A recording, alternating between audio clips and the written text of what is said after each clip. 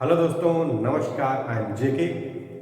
आज हम बताने वाले हैं, अगर आप कोई काम करने जा रहे हैं डिगिंग या एक्सकवेशन पॉइंट ऑफ व्यू के लिए, तो कौन कौन सा पॉइंट चेकलिस्ट के रूप में होगा जिसको फुलफिल करना बहुत ही ज़रूरी होता है। दोस्त, मैं आपको एक बार बताना चाह रहा हूँ कि अगर आप डिगिंग या एक्सकवेशन करने जा रहे हैं तो वहाँ पर वेल ट्रेंड स्पॉटर होना जरूरी है, जो कि जो भी मोबाइल स्क्रीन है, जेसीबी है, उसको गाइड कर सके, उसको बता सके आपको इस डायरेक्शन में जाना है। और कहीं कहीं तो प्रॉपर लाइन बना दिया जाता है कि इस व्हीकल को, जेसीबी को इसी लाइन में जाना है, क्योंकि कहीं भी खुदाई हो सकती है, इनसाइड में मटेरियल लूज हो सकता है, या इनसाइड में वाटर की लाइन गई हो, उसका भी जानना बहुत ही जरूरी होता है। तो इन सारे पॉइंट पे कौन कौन सा पॉइंट बहुत ही इंपॉर्टेंट होता है, चेकलिस्ट के रूप में कोई भी काम करने जा रहे हैं, हम दीक्षित जी से बात करेंगे जो कि सेफ्टी ऑफिसर हैं। तो दीक्षित जी, इसके बारे में आप थोड़ा सा ब्रीफ में बताइए। बिल्कुल सर, एक्सकवेशन एंड डिगिंग में सबसे पहला जो पॉइंट आता है वो यही आता है कि क्या आपने जो इलेक्ट्रिकल की लाइन की ड्राइंग है या वाटर लाइन ड्राइंग है वो पूरी तरह जो चेक की है कि नहीं कार्य स्टार्ट करने से पहले। ये पॉइंट बहुत ही इंपॉर्टेंट है। अगर आप कोई भी काम करने जा रहे हैं, ये आपको पता होना चाहिए जहां पर एक्सकवेशन हो रहा है, ऐसा तो नहीं वहां पर इलेक्ट्रिकल का लाइन, एचटी लाइन गई हुई हो, या पहले ही कोई वाटर लाइन गई हुई है, फायर की लाइन गई हुई है। तो उन सारे का आपस में बातचीत करके उन सारे एरिया का ड्राइंग बढ़िया से थारोली इंस्पेक्शन आप किए हैं कि नहीं किए हैं, उसकी एनालिसिस आपने किया है कि नहीं किया है। बहुत बढ़िया पॉइंट है। बिल्कुल। दूसरा आता है सर इसमें, जैसे मान लीजिए अगर कोई लाइन वहां से जा रही है तो क्या उसकी सप्लाई बंद की गई है कि नहीं। अगर हमको जरूरत है, हमको यही एक्सकवेशन करना है, तो वहाँ जो इलेक्ट्रिकल या कुछ अदर लाइन जा रही है तो क्या उनको सही से काट दिया गया है कि नहीं, या बंद किया गया है कि नहीं। बिल्कुल, ये भी पॉइंट बहुत ही वैलिड है। मान लीजिए कि इलेक्ट्रिकल का लाइन उसके बगल में ही है। जनरली एक चीज आपको मैं बताना चाह रहा हूं, अगर आप 1.2 मीटर से नीचे कोई भी एक्सकवेशन करने जा रहे हैं तो सबसे पहले ये परमिट लेना पड़ता है। नंबर वन, ये आपको पता होना जरूरी है। और जहां एक्सकवेशन करने जा रहे हैं, अगर बगल में इलेक्ट्रिकल का लाइन है या ऊपर में ओवरहेड कोई भी इलेक्ट्रिकल का पॉइंट है जहां पर जेसीबी का बकेट जा सकता है, तो वो टोटल थ्रू आउट आइसोलेट हो, उसमें इलेक्ट्रिकल का सप्लाई नहीं होना चाहिए। बहुत बढ़िया पॉइंट। बिल्कुल। नेक्स्ट आता है सर इसमें, जैसे मान लीजिए अगर जहाँ पे पहले से गड्ढे या ट्रेंचेस हैं तो उनको कवर किया गया है कि नहीं एक्सकवेशन करने से पहले।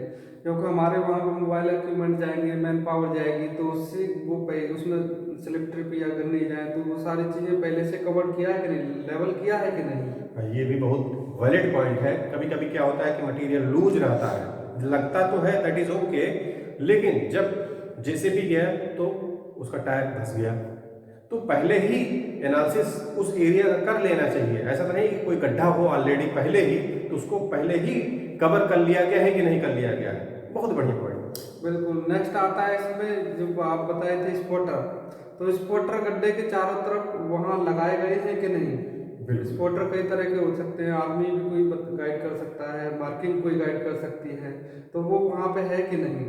और जो स्पॉटर होते हैं, कभी कभी जो मैन पावर जो गाइड करता है इक्विपमेंट का, वो वेल ट्रेंड होगा। वेल ट्रेंड होना बहुत जरूरी है। प्लस चूने से, जनरली क्या करते हैं, चूने से ही मार्किंग कर दिया जाता है कि इस एरिया में खुदाई होना है। बिल्कुल। तो जिस एरिया में खुदाई होना रहता है वो चूने से मार्किंग कर दिया जाता है कि इस एरिया में खुदाई होना है।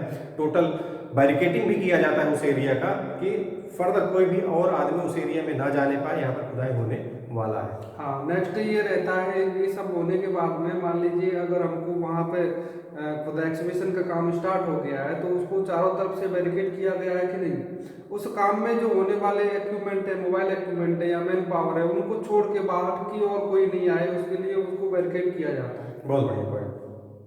नेक्स्ट इसमें आता है सर, जैसे मान लीजिए गड्ढे के अंदर का जो टेम्परेचर है वो सामान्य रूम के टेम्परेचर के बराबर है कि नहीं।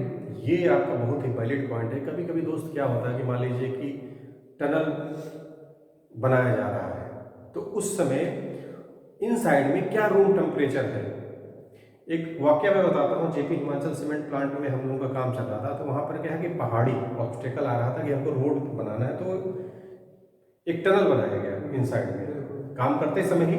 तो वहाँ पर हमेशा प्रॉपर एनालिसिस होती है कि जो इनसाइड में टेम्परेचर है टनल इनसाइड में वो नॉर्मल टेम्परेचर है कि नहीं है, और प्लस उसके इनसाइड में भी देखा जाता था कि कितना ऑक्सीजन लेवल है।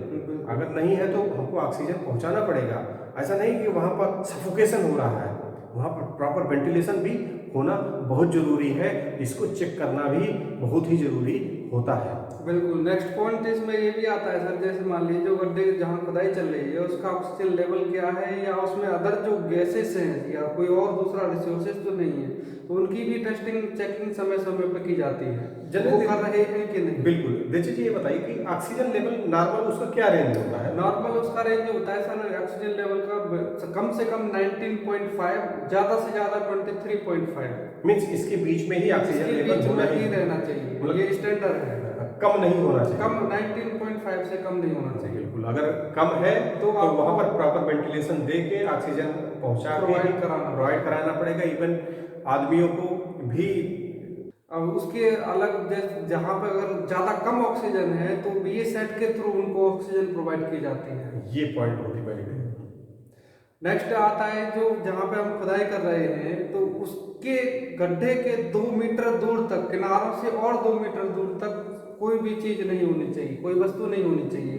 तो वो सारे 2 मीटर दूर होनी चाहिए। वो है कि नहीं, साफ है कि नहीं?